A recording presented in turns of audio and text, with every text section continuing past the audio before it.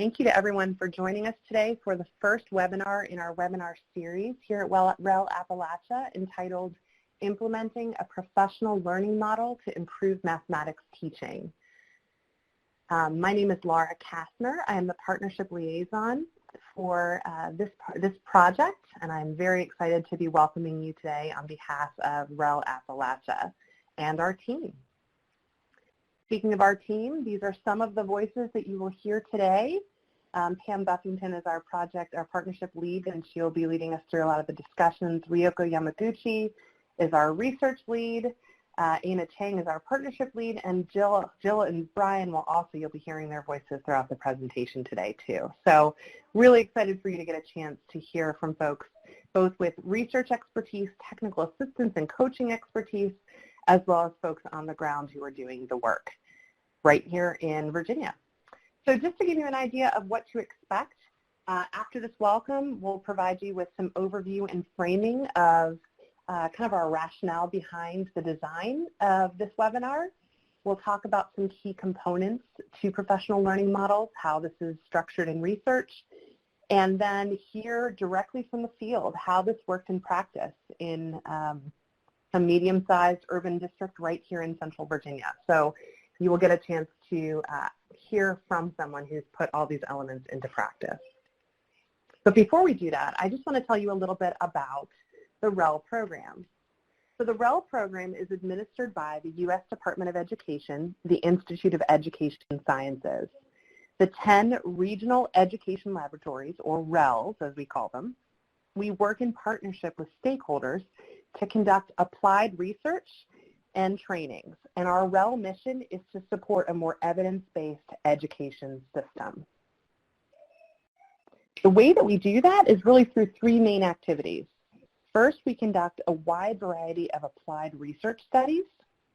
Secondly, we provide educators and other stakeholders with training, coaching, and technical support that they might need to use these research findings and evidence in the classroom to improve teaching and learning. And this webinar is a great example of that second type of activity that we do. Thirdly, we disseminate findings from research in ways that educators and policymakers can use in practice. This comes in the form of infographics, blogs, or social media posts. So in short, the REL program offers support to state education agencies, local education agencies, so like school districts, and schools in ways that helps practitioners to use evidence-based practices. And this is not a one-size-fits-all approach. In fact, as you can see from this map that represents the kind of projects and partnerships we have going on across our region, we work really hard with our stakeholders to develop projects that meet their needs. So it's everything from literacy work to using data and developing evidence, family engagement work, and so on. And the work that we're going to hear about today, this project comes from a partnership in Central Virginia, focusing on 3 urban school systems in Central Virginia, focusing on developing student success in mathematics. And that's where a lot of this work has come from, that coaching work that we've done. We want to be able to share more broadly, and that's where this webinar comes from today. So with that, I wanted to introduce and turn it over to Dr. Pam Buffington, who's our partnership lead. We'll take it over for talk about our overview and our framing for today's webinar. Thank you, Laura. As Laura pointed out, the webinar is sponsored by the Student Success in Mathematics Partnership. Across the last 4 years, excuse me, REL Appalachia staff worked collaboratively with the school districts in Central Virginia to support student success in mathematics. At the beginning of our work together, we identified a problem that all participating school divisions in our partnership wanted to solve with the support from REL Appalachia. The problem partners identified is that not all students had the depth of skills, knowledge, and understandings necessary for success in Algebra 1 and higher level mathematics courses. In particular, there were gaps in algebra readiness for English learner students, students of color, students with disabilities, and economically disadvantaged students. Across our time together, we engaged in activities to understand this problem more deeply. We deepened the collective knowledge of evidence-based strategies to support mathematics learning and teaching. We then identified what is known about effective professional development strategies and approaches to help solve this problem of practice. school division leaders then applied this knowledge and understanding in practice. As Laura said, you'll learn more about that from one of our partners a little later on in the webinar. So what is effective professional development? Reviews of research suggest that teacher professional development is positively associated with student achievement when it is content-focused, incorporates active learning, supports collaboration, is in job-embedded context, uses models and modeling of effective teacher practice, provides coaching and expert support, offers opportunities for feedback and reflection, and is of sustained duration. It may be challenging to implement all of these components at the school division level. While there is agreement on these critical components of teacher professional development, teachers have found that district-based professional learning is sometimes fragmented and disconnected from their needs. What we want to do today is really talk about how do we plan for the kind of professional development that is connected. Our webinar goals overall for the full series is to build participants' capacity to design and implement a coherent professional learning model that incorporates interconnected, evidence-based professional learning experiences, enhances your ability as leaders to deliver high-quality mathematics instruction, and supports student achievement and success. This particular webinar today focuses on part of those goals.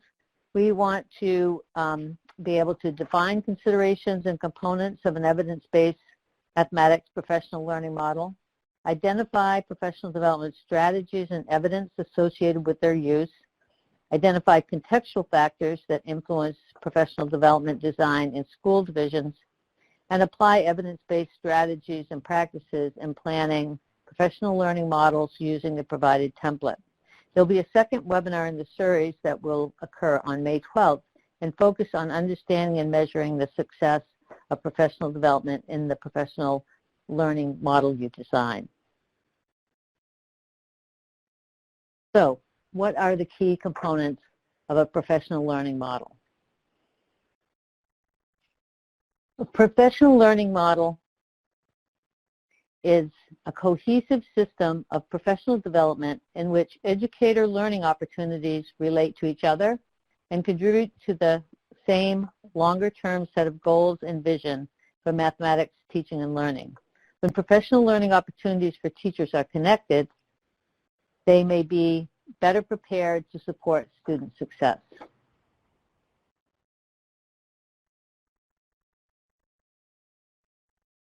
A professional learning model is built upon what we know from research and practice about planning for effective professional development. Effective professional development must align with a common vision and district goals. It must connect research-based standards and practices for mathematical learning and teaching, as well as consider the learning needs and data about student success in mathematics. Further, effective professional development must take into consideration the school and district context in which the professional development is provided. When activities are well aligned, they're more likely to support teacher learning than when PD strategies and activities seek to address a variety of different approaches or objectives. So let's look at the model diagram. As you can see here, there are multiple steps as presented on the slide to a professional learning model. Professional learning model begins when there's an overarching mathematics professional learning goal that is responsive to teaching and learning context and student learning data within the school division. You will want to look at, in the download pod, if you haven't already done that, we have a set of handouts. Handout 1 from the professional learning model template will identify these key elements.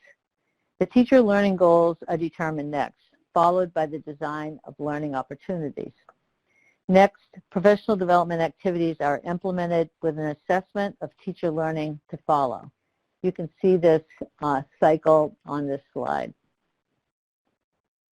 The assessments of teacher learning are specific to the PD activities you design, small and targeted in scope, and can be used formatively in the design of subsequent PD activities.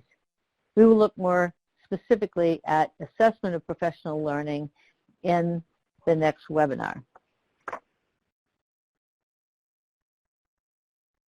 So how do we build capacity around professional learning in your model? In order to build capacity for your school division, it's important to acknowledge and incorporate planning relative to the contextual factors within your mathematics professional learning culture in your professional learning model. Address factors necessary for capacity building, including planning for the sustainability of professional learning, addressing both content and pedagogical knowledge, setting aside time for professional learning, incorporating explicit strategies to address equity, and taking steps to build a professional learning culture. So, for example, to build the capacity to sustain mathematics improvement effort in your schools, you may plan to provide PD to your mathematics coaches or instructional coaches first. And I've noticed in the sign up and based on who's entered that some of you are coaches and instructional coaches as well. If you are involved in some of the PD at the district level, then you'll be more likely to be able to sustain that in the schools and with the teachers you work with. Supporting teachers from your respective buildings during the subsequent professional learning activities will be much easier if you have the broader goal of the mathematics learning in mind. To build teacher capacity, focus on content areas of need while also incorporating pedagogical strategies that can be applied more broadly across topics, such as supporting productive struggle or facilitating mathematical discourse. To incorporate these strategies to address equity, ensure all students have access to high-quality curriculum through curriculum audits and explicit professional development about evidence-based and effective mathematics teaching strategies.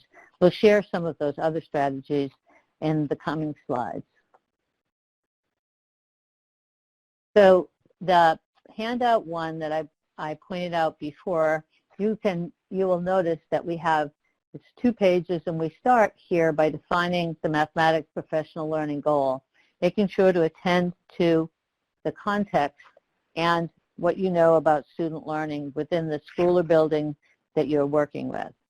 The other handouts here, beyond the professional learning model planning template, include handout 2, which outlines contextual factors that to consider when designing professional development, handout 3, that identifies the mathematics teaching practices developed by the National Council of Teachers of Mathematics, essential underpinnings to high-quality math teaching and learning, and handout 4, that provides a set of selected strategies for professional learning that have been identified to support mathematics professional development. We'll refer to these handouts throughout the webinar series. To begin, please refer to handout 1. You will see the 5 steps aligned with the sections of the professional learning model action planning template. Notice part 1 up there, you'll begin with the learning goal. Then you'll look to the teacher learning and practice goals, and so on, which we'll walk you through here.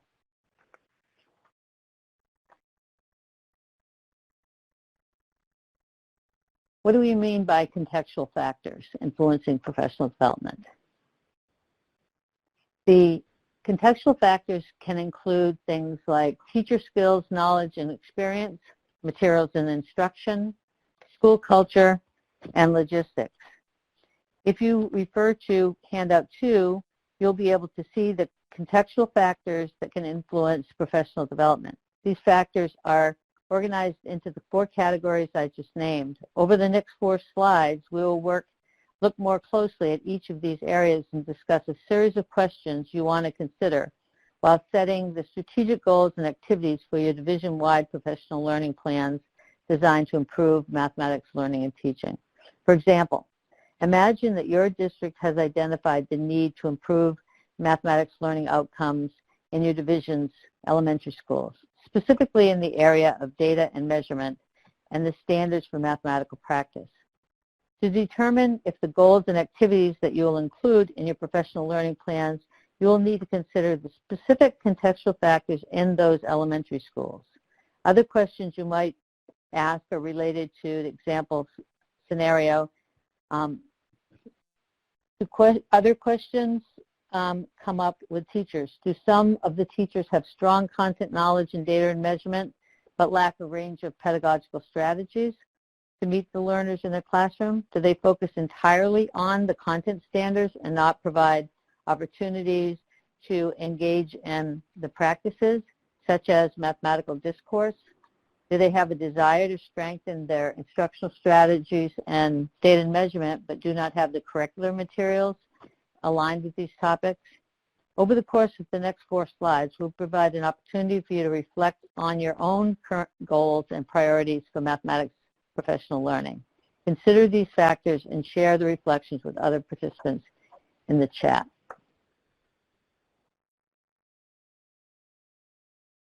So if we're thinking about contextual factors influencing professional development, if you are thinking about the example that we're creating and we're thinking about elementary schools, what are the strengths of the teachers in that school? Now reflect on your current goals and priorities for mathematics professional learning in your school division. Pick one of these priorities to focus on as we discuss contextual factors that influence professional development. Consider one of the following grade spans. So do you work with teachers pre-K through 5, middle school teachers 6-8, or high school teachers? Pick one of those grade spans and specifically think of some professional development that you are planning or have planned for the spring and summer. Refer to the section on the teacher's handout 2. While considering your division's professional development priority, right now jot down answers to those questions on your handout. You'll be provided an opportunity to share the reflections with others in the chat. What do you consider teacher strengths in mathematics content in the grade span that you're working with? Do you have a particular set of teachers in mind? What are their pedagogical strengths?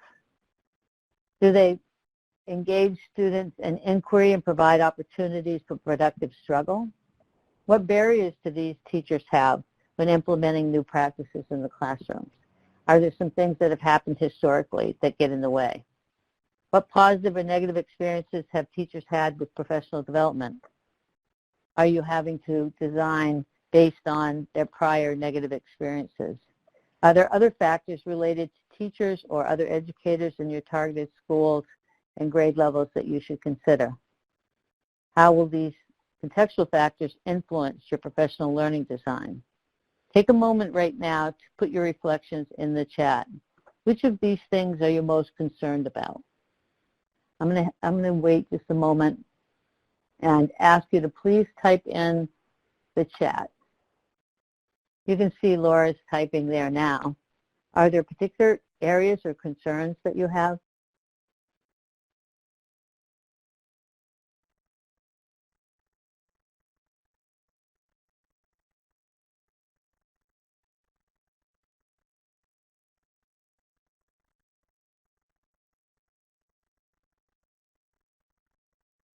While folks are typing, I'm going to move on to the next slide, but consider as we're moving along your own context. That will help you a lot. David, thanks so much for posting. You posted teachers' pedagogical strategies. What strengths do they have and what things are they most struggling with? A blend of content and pedagogy. Alicia is saying math content. Alicia, I'm wondering, what grade level are those teachers at that you're thinking about? Yeah, I agree. Sometimes it's difficult for teachers to take risks. It's hard to create a space where kids can take risks if the teachers are concerned and are risk averse as well.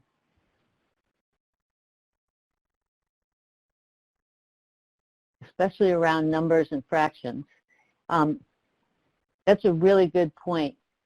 Fractions, rational numbers, especially as students move from upper elementary to middle, are a real issue. And in fact, the Regional Education Laboratory often points folks to the practice guides, where there are some real recommendations based on research to help teachers with strategies to address those issues. Thanks so much for providing details in the chat. Let's talk a little bit about the contextual factors influencing professional development. Consider materials and instruction. Are curriculum materials available to all teachers? Are curriculum materials focused, rigorous, and coherent? Do you have a mishmash of different materials, books, and other things? Are teachers pulling things off of the web and not implementing your curriculum with fidelity? Are they implemented as intended or in a different way? How's the learning environment? Is it conducive to all students' participation and collaboration? What, if any, barriers prevent all students from having full access to rigorous curricula? What, if any, barriers prevent students from engaging in problem solving or developing reasoning skills during instruction? I'm going to kind of look here. Maggie, I appreciate your note. I think plus and minus experience for PD is important with all virtual options this year. This year was definitely unique. Did people find your teachers were more risk-taking, or did they pull back and focus in on the things they were able to do best? Was it sit and get? Did they do a lot of presentations but very little engagement in breakout rooms and things like that? I think it was a particularly difficult time for teachers. If we think about the type of materials that were available, did you feel that all teachers had access to a rigorous curricula presented in a remote or hybrid design? These are the kind of things we need to be thinking about as we're designing PD moving forward. One of the things that I noticed that Eric was calling out, which I think is absolutely right, that teachers, it's hard for teachers to be vulnerable, and so sometimes they don't want to say where they're having difficulty or if they're struggling with implementing a new curricula. Thanks, Eric, or Aaron, sorry. What other factors influence professional development? The culture of the organization makes a big difference. What's your organizational culture? Are there school structures in place that support collaborative practice? Are there times set aside when teachers can work together as a team? Or do schedules prohibit the kind of collaborative practice you hope to encourage in your schools? Are teachers involved in ongoing inquiry into beliefs about students and their capacities? Do they think about and talk about how to engage students more fully? Or do they work separately and alone? How do you as a mathematics coach or instructional support person help them to move past that individual thinking and individual work? In what ways are assumptions about race, class, educational, and linguistic differences among students talked about openly and examined critically? Do you have opportunities to work in teams or pairs to talk through how to address the race, class, and educational needs of students? Which of these factors are the highest priority for you at this time?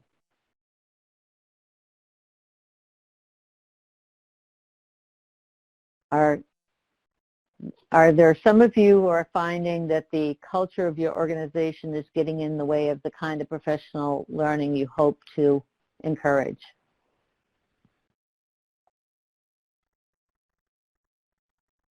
Maggie is sharing that opportunity to continue and reflect on professional development so it isn't one and done, but learning can continue to gain momentum over time. Very nice.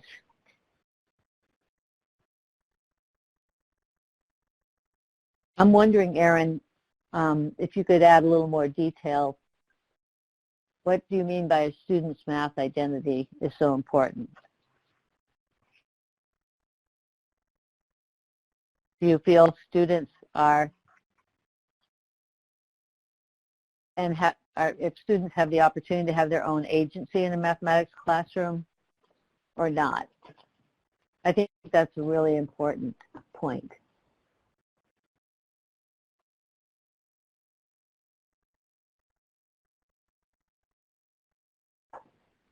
Another area of contextual factors to consider is how much time teachers have to focus on discussions on math teaching and learning. Do you currently have any professional learning communities specific to mathematics? And if so, how often?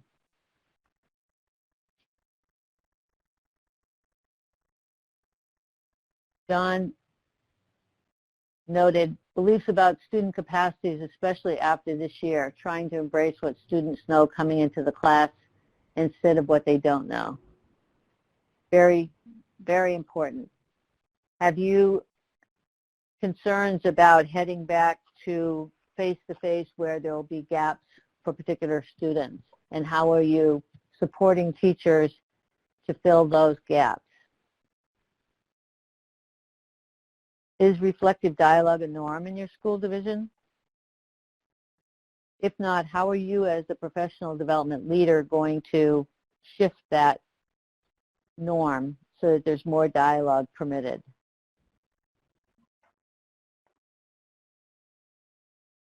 Now that you've had a chance to think about this, where will you begin? So thinking about teachers, materials and instruction, school culture and logistics, or professional learning.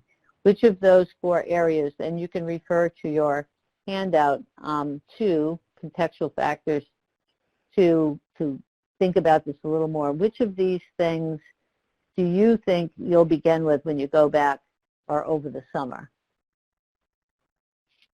I'm going to launch the poll now. Take a minute to identify which of these 4 areas will you focus on. Logistics seems to be, right now, the highest.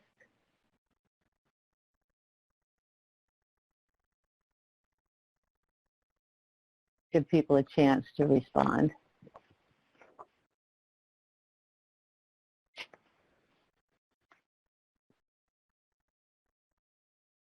Pretty evenly split right now between materials and instruction and school culture, although school culture and logistics seems to be the most. Thank you very much for completing the poll. I suspect after hybrid and online that logistics and culture will be really important. I'm going to end the poll now, and we can return back to the slide. Keep that in mind as you're moving forward with the rest of this webinar.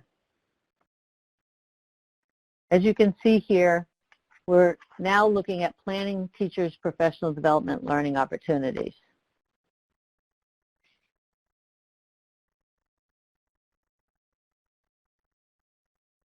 When you start to look at this, we need to identify what are those critical learning and teaching practice goals that you are going to focus in on. Looking at the teaching practices that have been identified by NCTM, will you spend more time helping teachers to establish goals to focus the learning, to implement tasks, to promote reasoning and problem solving? A little later on, Brian will talk about his efforts in Harrisonburg to really promote problem solving and use of rich tasks. Will you connect mathematical representations, support teachers to use them with students? You facilitate meaningful math discourse, and if so, how will you make that happen? What does it mean to have meaningful mathematical discourse? Posing purposeful questions. Without purposeful questions, it's very difficult to have a rich mathematical discourse. Build procedural fluency and conceptual understanding. I noticed earlier on, someone posted in the chat that that's really difficult. Switching from a culture of procedural fluency to conceptual understanding is really difficult.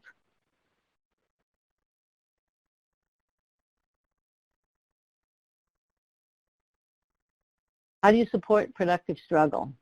How do we help students to not become frustrated, but be able to spend time on task, and when they have tried a strategy that doesn't work, switch to another strategy? How does that happen? How can we support teachers and students to make that happen? And elicit and use evidence of student thinking. After you've identified which of those effective mathematics teaching practices you're going to focus in on, think about which of these principles for school mathematics that you would focus on. Currently, across all actions, it's critical to focus on equity and access. As you all have probably identified within your own work, in order to have an excellent mathematics program, it requires that all students have access to high-quality mathematics curriculum, effective teaching and teachers and learning, high expectations, and support with resources needed to maximize students' learning potential. If you look at handout 1 of the PLM planning template, you can choose one or two of those guiding principles to pay particular attention to as you design your professional learning plan. It's really important that you don't try to do everything at one time, but choose one or two of those principles to focus in on. We'll now go back to the handout 1. Once you have identified, if you look to the right where it's in yellow, number 3, planning the teacher professional learning opportunities, you have to think about what strategy am I going to use and how am I going to apply that in my planning. We know that the strategies in professional learning need to intersect to move things forward. If you look at handout 4, there are a number of different ways that this can happen. Planning for professional learning needs to be at the intersection of effective PD and effective teaching practices, paying attention to the knowledge and practices teachers need to enact and understand. As a mathematics education leader, we all need to build from the evidence-based PD strategies as well as effective math teaching practices grounded in the learning research. It is at that intersection that we can create rich professional learning opportunities for educators that have potential to transform mathematics for students in the classroom. When you're looking at handout 4, you'll notice there are different things to focus in on. Let's take a look at some of those. When you design your professional learning experience, you have to think about, are you going to use student work as a core to that learning? Are you going to demonstrate lessons, or are you going to have immersion activities for teachers to do the work and then debrief it and think about how to make that happen in their classroom? You're going to do action research, engage the teachers in trying to find out more about something that's happening in their classroom, or mentoring, or using study groups. As you look at this list, what I'd like you to do is take a moment and say, what was the very best professional learning experience you had? Which of these types of experiences or strategies were being used? Was it when you were a part of a professional network or an immersion activity doing mathematics with other teachers? We also want to know, what was your worst professional learning experience? Which of these things were you engaged in that didn't pan out well, that was really not helpful? Take a moment to complete both of these polls. The best professional experience is on the left, and the worst is on the right. I'm seeing institute seminars, curriculum alignment activities, immersion. Those are really positive. Action research, great. The things that were less powerful for people seem to be demonstration lessons. Some people have had both good and bad experiences examining student work. Study groups, some of the study groups have not been the most successful for you all. Very interesting. What made it successful or not successful? All right, I'm going to end the poll now, but very, very interesting results here in both of these polls. Let's go back to the slide deck. So if you reflect on your best and worst experience, think about what strategy for mathematics professional learning will you use and would you like to see in your school division as you're moving forward? What do you think is going to be the most beneficial to the teachers you're working with? Jot that down. On the handout that we were just looking at, handout 4, Strategies for Professional Learning, there are some details about what might make a study group work or not work. What would happen if we want to do action research? What would that look like in order to make that a successful professional learning experience for your students? When we complete this webinar today, you're going to be asked to take your professional learning template and fill it in. And at that point, you're going to have to be thinking about which of those things are you going to try with your students. I'm going to turn to Jill, and she's going to engage with us with one of our partners, as we said. Jill will talk with Brian, and Brian will share the kinds of things he's tried with his school division and where he has found success. Over to you, Jill. Thanks, Pam. So we're now going to move to discuss how others have used the PLM template in their planning and implementation of teacher professional learning and what they've learned. So I'm going to go to that template again. This is your handout 1.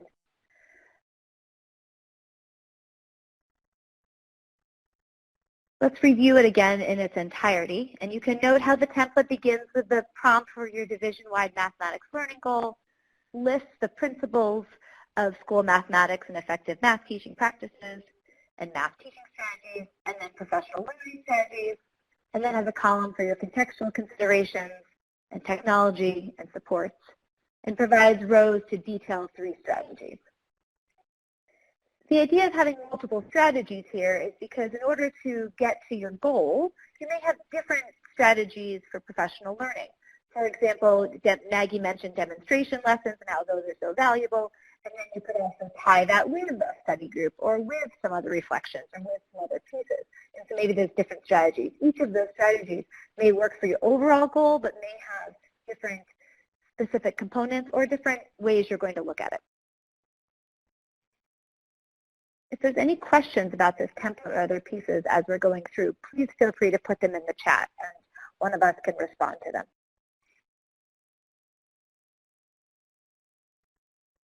So next I want to make a little distinction between strategies and logistics. So we're talking about the strategies for professional learning, that list that you went through and thought about which ones worked well for you and which ones didn't. And I like to think about this distinction between strategies and logistics. Sorry, Claire, I'm not sure what's happening. I'll try to make sure I'm keeping my mic to the right spot. But idea of the strategies are, those are the actions you want to take, and you think about the logistics as ideas about the frequency of the meetings or who is going to be there or where they're going to be held. The strategies are when you focus on the activities and the time that is spent in a specific way. So the selection of strategies is going to consider your context, your school culture, the relationships, as well as some of those specifics. And I bring that up in this time of remote learning and distance learning and when we're not in schools, because you can still do one of these strategies, even if you're doing it virtually or if you're doing it in another manner. And I think that's important to consider, that you don't need to be only thinking about a particular strategy happening in a certain way. So now I'm going to move to introduce Brian, who has been a member of the Student Success in Mathematics Partnership. And we're going to have him share a little bit about what he has done and how he has started. We brought Brian in to share today because of the ways in which he's been really strategic in all of his work and been very open about how he's gone through his process. And it's just been really wonderful working with him on this, and I think he has a lot of information to share with you all about how he's done this work, what he's learned, and what challenges he might have had and how he's addressed them. So we're really excited. He's going to share first about what he's done with which practice he's focused on, where he started to think about implementing tasks that promote reasoning and problem solving and how he did it, and then he'll share some reflections. Brian, over to you to just introduce yourself a little bit. Thanks. My name is Brian Nussbaum, and I am the secondary coordinator, so it's grade 6 through 12 coordinator for mathematics, along with a couple other roles in my district of about 6,000 students. And I made that move from a classroom teacher to central office in 2017, right as we were starting our REL partnership. And that transition from teacher to coordinator comes without much orientation or training. And so this opportunity to work with the REL and immediately have partnerships with other districts that were a part of our group and with the REL leaders was pretty valuable in my own onboarding into a leadership role. I entered wanting to do PD with teachers, really emphasizing Tier 1 instruction. But I wasn't real clear on how to organize the way that I went about that plan. And I was finding, even before I got very far in, I found myself kind of guilty of wanting to chase every shiny new initiative that came running into view.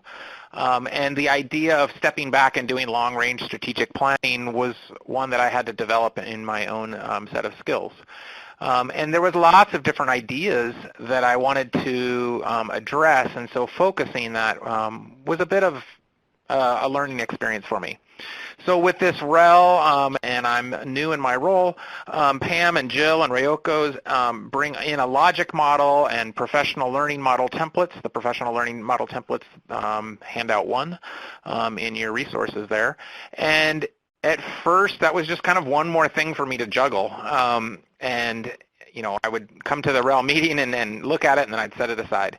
And it would often then hit the floor as I get onto other priorities of the immediate needs of the day or the week. And so this was really helping me to interrupt my, immediate fires that I was trying to put out with some longer range thinking. And it took me a while until I began to really appreciate how these could help me orient and think for longer term. And I have to say I'm still evolving in that development, because that's a discipline to plan that out in advance and make sure that the actions that you're taking today are all pointing in the same direction. The work with the professional learning model that I did was working on implementing math tasks to promote reasoning. And I used that to focus on a wide range of instructional practices within my teachers.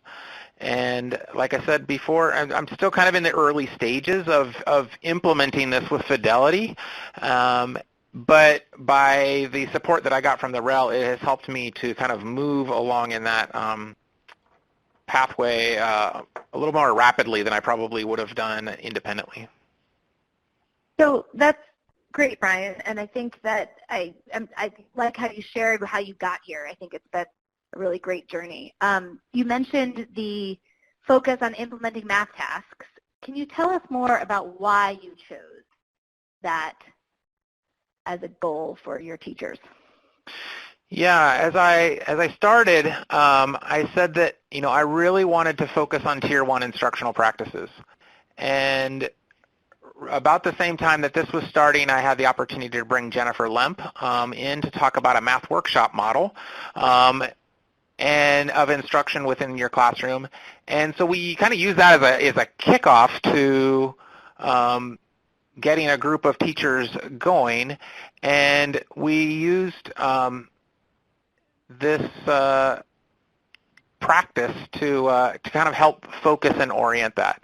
And we started out with a group of teachers and kind of did a research study group, and it was too broad. And so over the next couple of years, we focused more narrowly and narrowed in on implementing tasks.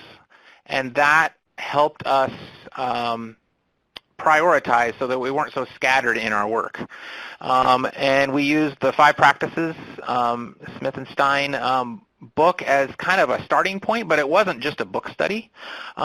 We went beyond that in that we had teachers working and doing and building and thinking about the different characteristics of tasks because that was new for some of our teachers. And by doing that, we even had teachers going into other classrooms and partnering and observing each other and providing feedback. And so it was kind of, it had a book study component to it, but it was more steps than that. And by focusing on that idea of math tasks, it actually trickled out and influenced a lot of the other different areas of instruction that were happening as well. But when people are starting to think about this, well, now I can think about my teachers, started realizing, well, there's more than one way to do things. We don't have to just do them algorithmic, and maybe I should bring in some more manipulatives. And so it had that ripple out effect that allowed me to influence some of those other areas that I know that I wanted to influence and bring improvement without trying to chase down every single one of those all at once. Right. So you were looking, so if I think about our PLM template, your idea of focusing on implementing math tasks was, the strategy and practice, the practice you were trying to do. Overall, your division was thinking about, improving mathematics instruction in this middle school, in this middle grades and high school area, all 6 through 12. And so the implementing math tasks was your one practice, but it sounds like you mentioned different strategies you've had. Like you had the book study was part of it, as well as other sort of study groups and things. So if I just to back up into your template, like you had different ways you were working for this same change in the implementing tasks. Like you're trying to get that done, and you had different ways you were doing it. And I think you moved to different strategies. Like you moved to the book club after one piece wasn't working as well. That you weren't having the same sort of success. And I think that really was great. Like looking at what was happening and making some shifts and some choices and change. Mm-hmm.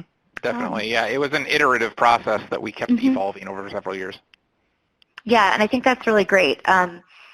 So then another question we had was, how does this PLM help you organize your professional development opportunities? We just mentioned how you use the different strategies in there.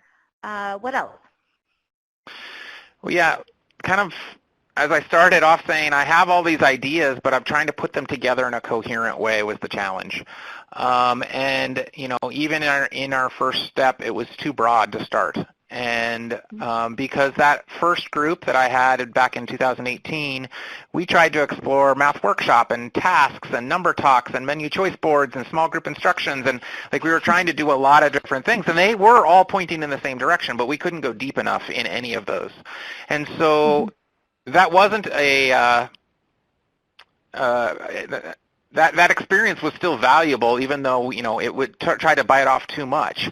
But in the evaluation of what is happening here, and as I'm reflecting on that, we realized that, math task was the area that kind of had the most fire from that group. And so in year 2, we narrowed in more closely on exploring math tasks. And, it was conversation with you, Jill, that, helped make that more coherent and bringing that together. And also the ability to adapt that, because early on, the first 2 groups, the one that was too broad and then the one that was focused on tasks, I was able to use some outside resources to pay teachers to participate that in the evenings. Well, that doesn't hit all of the different teachers in our district. Not everybody has the ability to do that. And so, in my 3rd year of working on this goal here, we were able to transition that into what does it look like if I change the format of it into, working in the PD days. And that, changed some logistical things, but we were able to carry over some of the key components of it. And that kind of leads to some of this next question about who was involved in implementation. And it sounds like you involved lots of teachers, but also tried to think about different ways to involve them, different timing, different ways to take it to scale, and, different funding sources, right? So if you have a funding source for stipends, that works sometimes, but also different times of day are going to work differently. I think that sort of iteration is a really key way that you sought to meet teacher and district and school needs, right? By shifting to figure out who can I meet with when and how can I do this? I noticed there's one question or comment here about your story being motivational and helpful, and I was just wanting to know, how many teachers did you have? It changed each time. The first group was about 12 or 16, and it really was full diversity from 6th through high school. I had calculus and pre-calculus teachers, and I had 6th grade teachers involved, and some high school teachers that were working with pre-algebra skills. And so by having that real broad spectrum, some of the vertical conversations that they were able to have were one of the things that they commented to be the most valuable. In the second group, I had about 9 that were focused more narrowly on tasks. Some of those were the same, and some of those were new. And then in the 3rd year, that was about 8 or 9 again that were in a kind of phase 2 of tasks, and then a couple of the ones from the 2nd year were continuing on some more independent work on tasks. So I had a couple of different groups working at different points along the way. Something that kind of was interesting that came out of it that I didn't plan for is that I invited a colleague from James Madison University, our local university here, to come observe one of our meetings because she had some interest in working with professional learning groups and tasks. And she has actually taken 3 of my teachers into her own task workshop as they're looking how to do tasks in a virtual format. And so it was allowed to kind of even spin off into something that I'm not directly involved in it. I support that it's happening.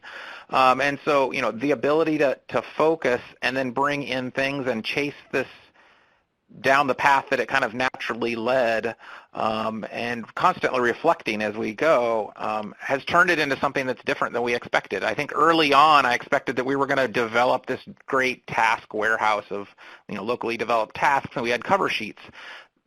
There was still some value in that cover sheet work in as a reflective tool, but it didn't kind of turn into the database of resources that we were planning on. It has changed the way people are thinking about their teaching. Yeah, so that's a question.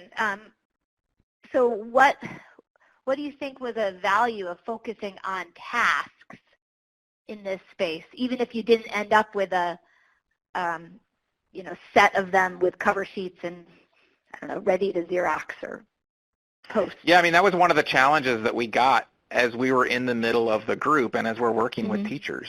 And that if I would hand them a task already developed and, with all the answers solved for them, often they weren't coming in with that reflective piece. As I mentioned, we used the Smith and Stein 5 Practices book, and all of that talks about the anticipation that you need to do in advance and the way that you sequence things. And, it takes the long haul of a teacher planning out their work before they do it rather than just a, grab and go kind of situation. And so we kind of were starting to realize the process was a good one. And if we shortchange that and we steal the struggle and try to hand it to somebody else who isn't, hasn't done that same front end work, they're probably going to be less effective. And so it's been more about developing a process for helping teachers reflect than creating a whole list of resources that a new teacher can just step in and use. That's interesting. So it sounds like through focusing on tasks, it sounds like a static piece of paper or something. You really brought in this attention to how to plan for one and how to set up a conversation. And then, what you're doing while students are working. I see, Annette, about the book. The book was the 5 practices with Mary Kay Stein and Ed Silver, right? It's 5 practices for orchestrating productive mathematical discussion. Mary Kay Stein. Yes, it's Mary Kay Stein and Margaret Smith. Peg Smith. Yeah. It's purple. The idea of the tasks, it sounds like it was like a gateway to thinking about lots of pieces of instruction. That's interesting because I think what you would also say it may intersect with the other practices listed there. Oh, very much, yeah. The other strategies. I also want to think about how you moved in this iterative phase, right? I think that it's our next question here is how did measuring teacher learning help you plan subsequent teacher learning? Like, I think you did some work. It wasn't just a feeling like, I think we should try something different, So can you tell us more about that? Yeah, and I have to say that if I would have been doing this just on my own without other people around me to help me process on the back end, it probably would have just kind of floated around with a little less focus. And the work that, when you or Pam would help me sit down and reflect on where I was in the process, and you guys kept pushing me to, you need to go out and collect some data and make sure that you're able to measure what you're doing. And so my mind immediately goes to, quantitative data. And it was with conversations with the two of you that I started realizing what qualitative data is actually really important. Also, early on, my thinking is if I need to go collect data, I should go collect student data. I should probably be able to see some sort of direct influence on my students' SOL scores to show evidence that this is productive and worthwhile work. And a lot of the thinking that I had to work through as I was early in this work was that's way too many steps removed. And it's going to take a long time until you can start seeing measurable change there when I'm working with a small group of my teachers. And so looking at qualitative data that's much closer to the areas that I have input was really key. And so, and it wasn't just create a questionnaire as we're at the end to kind of get some feedback. That's what it looked like early on. As we got into phase 2 and 3, we started planning what are those questions in advance, and am I going to check in with teachers 2 or 3 times throughout the course of the year so that I can chart the progress of individual teachers or of the group and see where that shift in thinking is happening. And it was the really intentional seeking out of anecdotes and realizing that that is a valuable data point. I still remember when I have a teacher who was a little cautious and, timid to share things, and I would be walking down the hallway and she would pull me into her room and say, Brian, I did a task the other day and it completely failed, and I'm so excited because here's what I learned, and she goes off and tells me all the things that she learned from this task that she led off by saying that it failed. And so that was showing me that a teacher who enters skeptically can, with working with colleagues, and she hadn't been doing this alone. She had been, working with another 6th grade teacher and some of her other colleagues to, kind of think and plan before she did this, and she had other people to reflect on. She was actually proud of that failure because that allowed her to think about her own iterative process and where she wanted to take it next and what she learned as a teacher the next time she wanted to try a different task. Right, and you also learned at that time, if I remember, that we were like, well, we can measure teacher shifts in attitudes. That's a type of data, right? Right, teachers learning to be more open or taking risks. We're like, that's a thing. Let's measure that. We don't need to just wait for student data, 16 steps down the line, or, you know, evidence of teachers saying they did it right. Like if we waited for that teacher to say she had a successful lesson, that's not what we need. Her saying it didn't work well was actually great learning, and she's showing the ways in which her ideas are changing and her thinking, and she's reflective and, you know, maybe enjoys more coming to work and trying new things out. I mean, that sounds like progress in learning, and I think you said, well, we can capture that. You know, let's see how many other teachers are taking risks in their classroom now. I mean, that's wonderful, and I think we'd all say that you take a risk, and if it doesn't work, that's okay. You know, you must have really also been talking about earlier about the importance of the classroom culture. It speaks to you that you must have created a really wonderful culture with these teachers that they're willing to share their failures with you, right? You don't always pull in a curriculum director and say, hey, let me tell you how I failed today. So, I mean, you're really doing a nice job with setting up that culture. I mean, that's something you must have done with teachers for them to say the ways in which they, you know, things aren't working. So I think part of that had to do with the safe space that was created within these little teams of 8 to 10 or 12, and the fact that they were able to, you know, talk to each other, and we set aside the time, and it was something that took time. I did notice that, you know, in my second year, the first year that I was focusing on tasks, you know, I was able to pay them for up to 27 hours of time that we put, you know, this is a big investment. Not all of that was together. I think about 10 of it was together, and then we had them working independently and logging those hours as well. That had a different feel than the next year when, you know, I knew I needed to capture teachers that group was going to miss, because not everybody has the ability to put in some time in the evening. And so when I did it on, you know, 4 different times over professional development days that were a little bit further spaced out, it had a different component to it. It was still valuable, and I was always surprised that it felt like, oh man, it's been like 2.5 months since this group has been together. We'd come back together, and it would quickly pick up speed again, and people would get re-energized, but it had a different feel. And so the time that you put into planning the makeup of the group and the communication that's happening in between, like those were really key and crucial. And also the ways that we would collect data in between or keep people engaged, you know, in between. So it wasn't just you show up and then you drop it for 2 months, but there had to be some kind of ongoing communication points. Yes, and I think also that sort of catch-up, or those times when you met, you may have been collecting slightly different data or feedback. Maybe there's something different they're doing or that teachers are sharing during those times when they've been, you know, more distance, or it just may change what they share or what they want to do next. Yeah.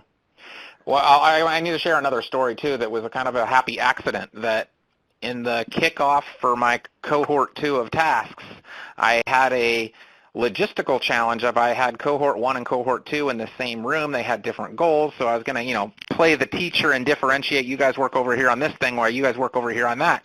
And it was a chance for that first cohort to be reflective. And so I had them turn and talk to the second cohort, and each one of them shared for 90 seconds, you know, what was the powerful thing that, you know, made this worth your time. And that was a really great start for that second cohort, as these teachers were sharing these inspirational stories about how they succeeded through their failures, or this is really, really hard, but I'm so glad I did it. It was worth it. You know, there were days that it felt like, you know, putting this much effort into planning an activity, like, is it really worth it? And when I was done, at the end of the day, I was exhausted, but I learned so many things from it, and has changed the way I think and teach. And so by having that ability to let, you know, what happened the first year kind of build and grow what happened the next year was a pretty key thing, too. Just to remind anyone, if they would like to put questions in the chat or things, please do. Questions for Brian or, as you're doing this. And until there are a few more, I'm just going to keep asking a few. Are there things that if you were able to do this again, let's, you know, next fall, what are other things you would consider? Like about the contextual considerations or other changes you would make? Are there other considerations you'd like to tell people to think of, or changes you'd make if you were to do something? When I was reflecting back in preparation for this, you know, I talked about how I started really big, right? Like, and we tried to hit a lot of things, and then we focused in on tasks. And, you know, and also, as Pam was talking, earlier in this presentation, she was talking about, what are your teachers ready for and what is appropriate. And even tasks is still a pretty big level thing that feels ambitious. And if we're going to, let's say I could go back 3 years, or if, when I think about what's coming up next, I think something even narrower, like a number talk, and trying to convince my teachers to do some number talks for the first, 5 minutes of class 3 times a week or even twice a week, that would get at some of the same things that these tasks are getting at students communicating and sharing their thinking in new ways, to think about teachers, facilitating mathematical discourse and conversations with students, and kind of breaking up the routine where people still think that math is all about algorithms. I think that would probably be the smaller bite that is worth taking on, and I think that my plan at this point is to try to tackle those smaller bites where I can maybe have influence on a broader, group of teachers, because a teacher who's not ready to take on giant math tasks, maybe they could, use this resource and be trained to do a little bit of a conversation at the beginning of their class a couple days a week, and then build back up to math tasks. So I see this as an opportunity to, go back and get even smaller before I then go out and build again. That's interesting. So the start small. Can, as you found with, can lead to other conversations and other ways that teachers are comfortable with new ideas. And that was asking, did you have volunteers or were teachers mandated to participate in that? No, none of my work that was part of this was mandated at all. It was all volunteer. Like I said, some of my first 2 years, I had some funding to pay teachers to do that, and I thought this was a more effective model to pay teachers to dig in and go deep rather than paying one person to come in and do a one-off professional development, and actually take the time to dig in there. In my 3rd year, it was again voluntary, but it was built into the professional development days. And so I found that if you're trying to take on something like this, it is more effective to have teachers who want to be there. And then the exciting part is, as they go back and talk in their professional learning teams, their grade level teams, they share the work that they're doing. And more than one occasion, I'd be sitting on we call them CLTs, I would sit in a little CLT team where these teachers are working together, and maybe 2 of the 4 of them were a part of my math task. And they're getting ready to do this thing, and the others are, and they're saying, hey, you guys, you could do this too. Like, let's just build this into our, pacing for the next week. And so there were times where teachers who were not a part of the cohort were actually doing some of the tasks, or there were times where the people in the cohort were showing teachers a new strategy, and so that sharing would happen more organically, and some of them would some of the skeptics would listen to their colleagues better than they would have listened to me. And so that's interesting. I'm always thinking about how can you measure that this is working, and it sounds like you could say, wow, we have more teachers doing this across the year, right? That's sort of another thing to look at. Like you were saying, you don't want to always jump to student learning or student outcomes, but just saying, wow, we have a few teachers, I had a few teachers involved, but now I have, the whole grade level participating, or at least twice as many. That's a really nice way to look at it. I remember. I'm sorry. I remember when it was a workshop that the REL had that was unrelated to this specific thing. It was about math coaching, and it was talking about when you have math coaches to if you're a new coach in a building, don't go seek the hardest, most challenging case. Find the most readily eager person who everybody looks at as the maybe the top teacher in the building, and go work with them and get them excited about something, and then some of the more skeptical people will come on board. And I kind of used that mindset as I was tackling this. Yes, that's Pat's idea. Yeah. Yes, that's a great idea. You get someone who's interested, and then you build that with others as well. I noticed Allison had a question for you about your idea about starting small. She wondered, do you mean that you'd start small with something like number talks, but also continuing your work on rich tasks, or are you advocating for choosing and focusing on one thing at a time? And Pam, I will just say, if you want to jump in with some reflections on this, connecting back to what you shared earlier, please do. We'd happily have your thoughts as well. Mm-hmm. To answer Allison's question, because I am where I am, like we've already had this kind of math task thing percolating a little bit, I'm not going to tell people to stop, and I have a couple of partners, 2 6th grade teachers that have continued to kind of work. I'm certainly not going to tell them to stop. They're doing their thing, and it's becoming a little bit more self-sustaining for the 2 of them. And I'm going to continue to support people who want that additional work there. I'm simply saying that instead of for the people who aren't already on board, I'm going to step back at a one bite-sized smaller level and say, okay, so math tasks, you felt that was too big, let's do this other smaller thing and work on that for a little bit, and then once they've got that proficient, then they can get up to speed into the task work that some of my other people are already doing. If I was going to go back and start from scratch, I probably would have started with tasks first and gotten some people feeling proficient and on board. Starting with number talks first and getting some people feeling proficient with that before they get into tasks, because I think it's probably a little more achievable. Number talks are than the number task talks, work? yeah. I think this, since Jill asked me to weigh in, I think what you're getting at, Brian, is something that we've discovered in our work, both Jill and I, that you could start with one of the effective math teaching practices, and then the others start to build off from that. So if you start with meaningful mathematics discourse in the classroom, and then you find that then teachers may need more or ask for more support in asking purposeful questions to then elicit more discourse. And then in order to have good questions, if you have a rich task or an open task so that many students can enter at different levels, whatever is developmentally appropriate, then you start to build these practices off of one another, but the PD and support comes as they're needing it. So if you can get enough energy around a particular topic and something that you can go deeper with, then you can start to spill off onto some of the other practices. So I'm kind of responding to Maggie's question a little bit there too, because you don't have to necessarily just do little bits, but you can keep layering on to get a more rich professional learning experience.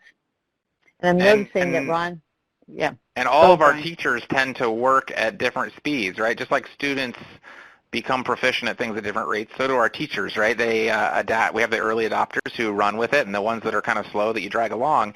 And also you're going to be constantly getting new teachers coming into your district. So you can never kind of feel like, oh, we've got that collectively as a district and we're ready to move on to step 2. I think there's always going to be kind of several stages happening at the same time.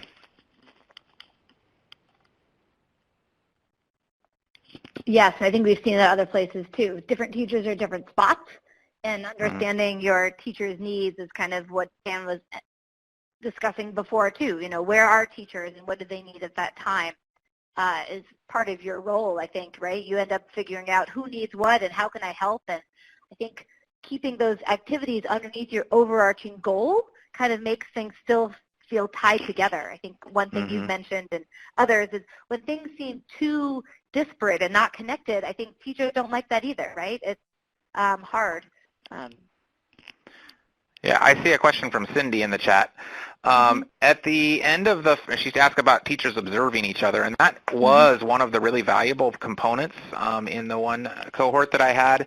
At the end of the 5 Practices book, it talks about the case of Maria Lancaster, and she's a teacher that was partnering with another teacher, and the 2 of them were trying to convince their administrator that it was worth their time doing tasks. Luckily, I'm in a district where my administrators, I don't have to convince them. But we used that kind of case study in that book, and we called it the Maria Lancaster model of one teacher going in and observing another teacher as those tasks were happening. And it had some kind of specific things for the observer to be looking for. And then they would get together and chat together as a group, and then they would come back to the whole cohort and share, what was the experiences? What were the things that worked well? What did the observing teacher notice that the person who was teaching didn't even, was unaware of at the time. And that was really kind of powerful, and I was pretty excited to do it, and we were just getting ready to head off onto that with my second cohort right when we quickly transitioned into virtual learning. And so unfortunately that got interrupted the second time around. But I saw that as really kind of key, and I think that anytime you can get teachers observing each other and helping to reflect, that turns that corner and makes bigger transitions than anything that I can do. Even if I would come in and observe, it's maybe a quarter of the input as when teachers are observing each other. Yes, there's something important when a teacher observes, observing a colleague.